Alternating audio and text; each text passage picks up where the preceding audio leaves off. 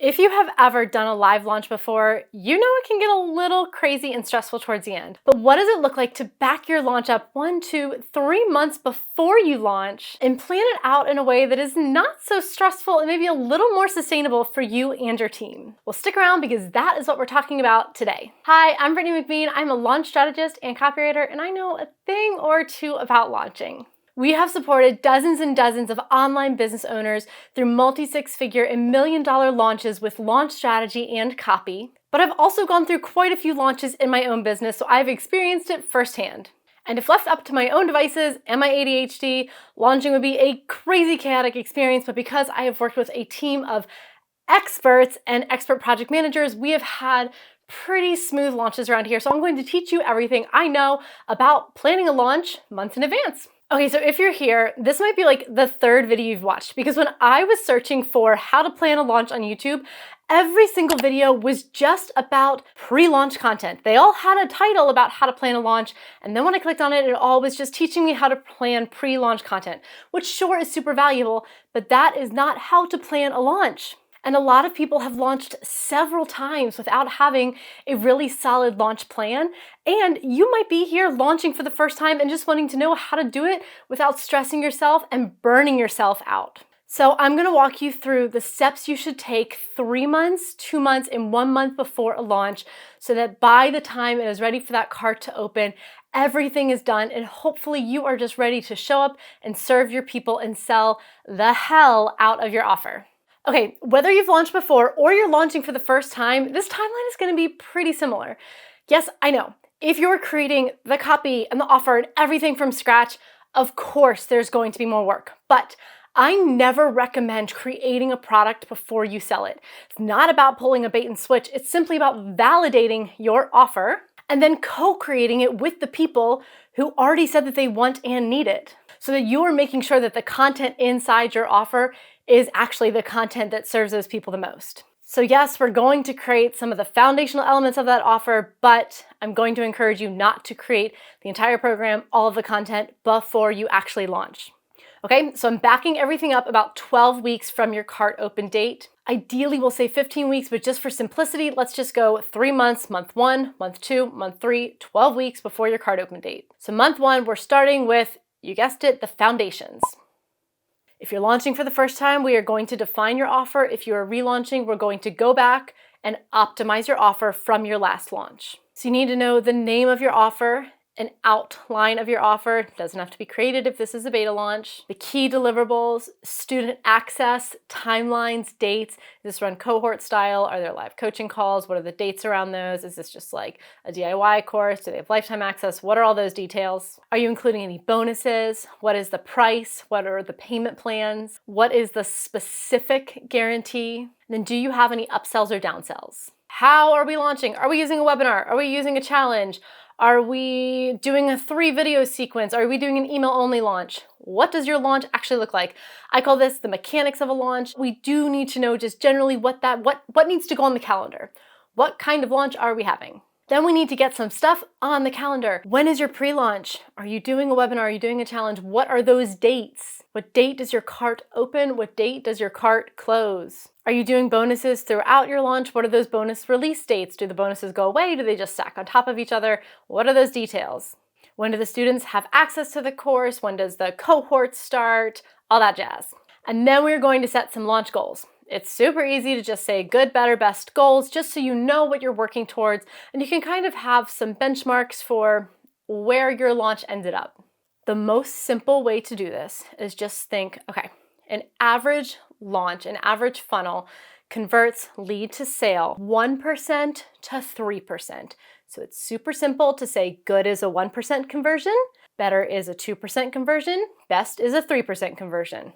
Super simple to just break it down 1%, 2%, 3%. So that is a lead to sale conversion. If you've launched before, go off of your previous metrics to set your goals. If you haven't, just go off of some industry standards. right, the last part of the foundation is we are going to reach out and hire or at least start the process of bringing on any support that we might need for this launch project. So those contractors, those support might be a launch manager, some sort of virtual assistant. Virtual assistant is an industry, so these types of jobs might be a marketing assistant, a customer support assistant, an executive assistant, a general assistant, someone to support the influx of work during this time. A designer, if there's not someone on your team who can install the registration pages and to design those for conversion rate optimization. A launch strategist or copywriter if your business is ready for that level of support. An ads manager or any other marketing support that you might need. All right, those are the foundations that we want to at least nail down in month 1.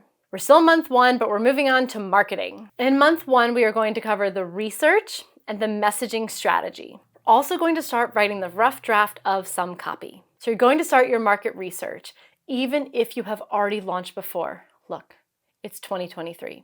If you launched last year, that copy is speaking to an audience that does not exist. What I'm saying is copy that worked in 2020, 2021, and 2022 is failing miserably, and I'm seeing it across the board. So you will be so much better served at the end of the day if you can start your market research and catch those holes in your messaging, because your audience is having a fundamentally different experience right now than they were last time you wrote your copy. So even if you have all of your launch copy, we're doing market research this time. So we're going to be doing voice of customer interviews, data mining on the internet. That's the Reddit forums, the Facebook groups, the Amazon book reviews, competitor analysis, you know the drill, and sending out surveys to your list. Then you're actually going to go back and look at that market research and analyze it and figure out where the message is. I have a whole video on market research. I'll link it here, but basically you need to find the message hierarchy. It's not just who said that one thing one time, it's what are people actively expressing the most. Okay, once we uncover our message and we have the mechanics of our launch, now we're going to start to map out the copy. Based on the type of launch that you're doing, what assets do you need? Obviously a sales page, obviously emails, but how many and where do they all go? I have a whole video on launch emails that would be super, super helpful because I really talk about how the messaging needs to move throughout a launch. So make sure that you go back and watch that. This can be really helpful as you're mapping out your messaging. You're gonna need that opt-in page. You're gonna need a checkout cart. You're gonna need some thank you pages. You're gonna need some emails. Just figure out over the amount of time you are launching, over the number of days, over the kind of launch you're having, what assets do you need? All right, so we're gonna get those rough drafts written. Also want you to start thinking about your pre-launch calendar. What content is going out on your social media, your podcast, your YouTube, whatever it is, however you get content out into the world, what is going on that to get people lubed up, gross, and ready to buy your offer once it is time to release that launch into the world. That's month 1. That is a lot. If you have a team to support you, you have a little less on your plate. I'm going to talk about the difference between doing this solo and doing this with a team at the end, so stick with me, but let's move on to month 2. All right, month 2, we're going to get our sales page to a final draft. We're going to get our pre-launch funnel to a final draft. We're going to get our sales page over to a designer or the person on your team who will be designing and installing your sales page. Then we're going to move on to those cart open emails and those ads for your launch. Make sure those are polished and ready to go. Now look, those are going to take majority of the month. This is not like first week of month 2, cart open emails, check, done. That's just the marketing side. That's something we're focusing on in the marketing. That's going to take a large part of month 2. You're also going to be building out your warm-up content based on your market research. I differentiate warm-up content between pre-launch because usually with pre-launch, we're talking about like the webinar or the challenge or that fill-up section where you're building your leads list before the cart opens. But of course, there is that season of time, 3, 6, 9 weeks, 12 weeks before you launch where you are priming people with content. So I just call that the warm-up period, but it can get really confusing when you're calling that the pre-launch and then you don't have a word for the webinar period. So I just say warm up and pre-launch. I have a video of the 5 phases of a launch where I just differentiate between each phase. That'll be really helpful if you want to go jump into that as you're planning your launch. Then we also want to start planning out our onboarding materials. Where should your students go first as soon as they join? Go ahead and write those emails, maybe make a welcome video for them, whatever you need to onboard them for student success. All right. Month 2, pretty writing heavy, pretty marketing heavy, pretty strategy heavy. Month 3, we're moving into tech. This is not my favorite. There's a lot of testing, a lot of tech. This is where I hire people a lot smarter than me. You might be smarter than me, you might be able to do this yourself, but this is tech heavy. If you have a team, this is where you move to the front of the camera, or I guess the back of the camera, but you're the front face of your business and your team goes to town with the tech, okay? This is where you're doing that warm-up content. You're really getting your audience engaged and ready to join that leads list while everything else is being installed and tested within an inch of its life. Okay, you are now purchasing all of the tools that you need.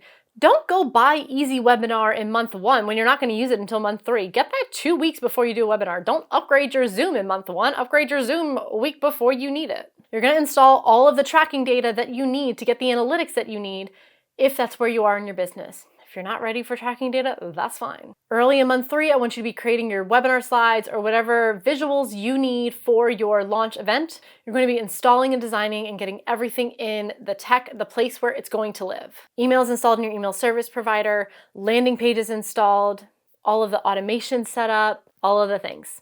The last 2 weeks right before cart opens, you are going to be testing, going through every single link, button, every action that a human being or computer could take in your funnel. You and at least 2 other people. I don't care if it is your mom, I don't care if it is your partner, I don't care if it is 2 other people on your team need to be taking. That is actually purchasing something. You can set the price down to $1 just so you're not having to buy an expensive course, right? You need to actually go through purchasing something. Did everything work? Can you actually put money in your bank account?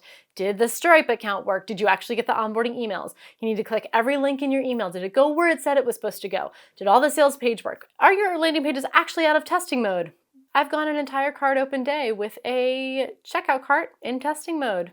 Real pro over here. If there's a thing, test it. And then of course, your cart opens and you launch and you make a ton of money. So look, here are some hot tips. You can have the world's most amazing launch plan, like the sexiest spreadsheets, timelines, deadlines, reminders set for everything. But if you do not actually stick to the plan, you will have the exact same experience as if you had no plan at all.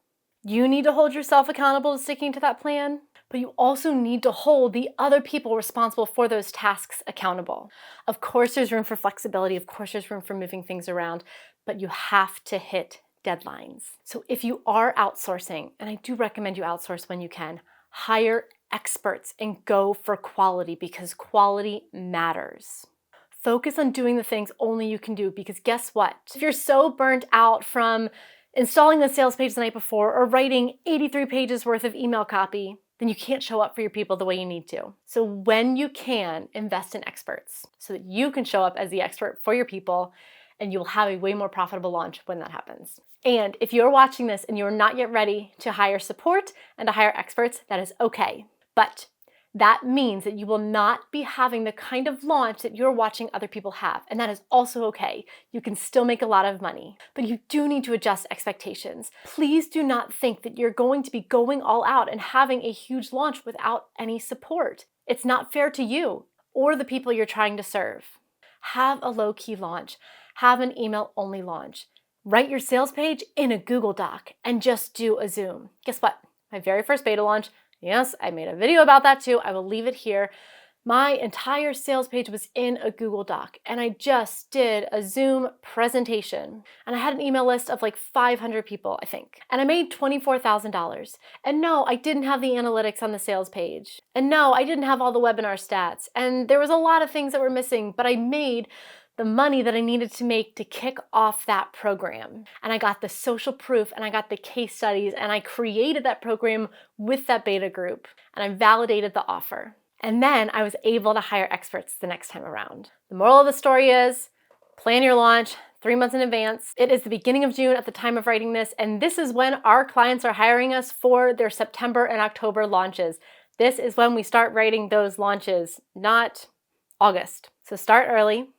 Hit your deadlines, just do it one thing at a time. Eat that elephant one bite at a time. And do the kind of launch that makes sense for where your business is. Hire experts when you can because you will see ROI. And make sure that your messaging and your marketing is speaking to the audience that you have in front of you right now, not the audience you launched to last year and the year before that. Okay, I just gave you a million videos to go binge and watch, so I hope all of those are helpful in planning your launch and getting ready for your next launch.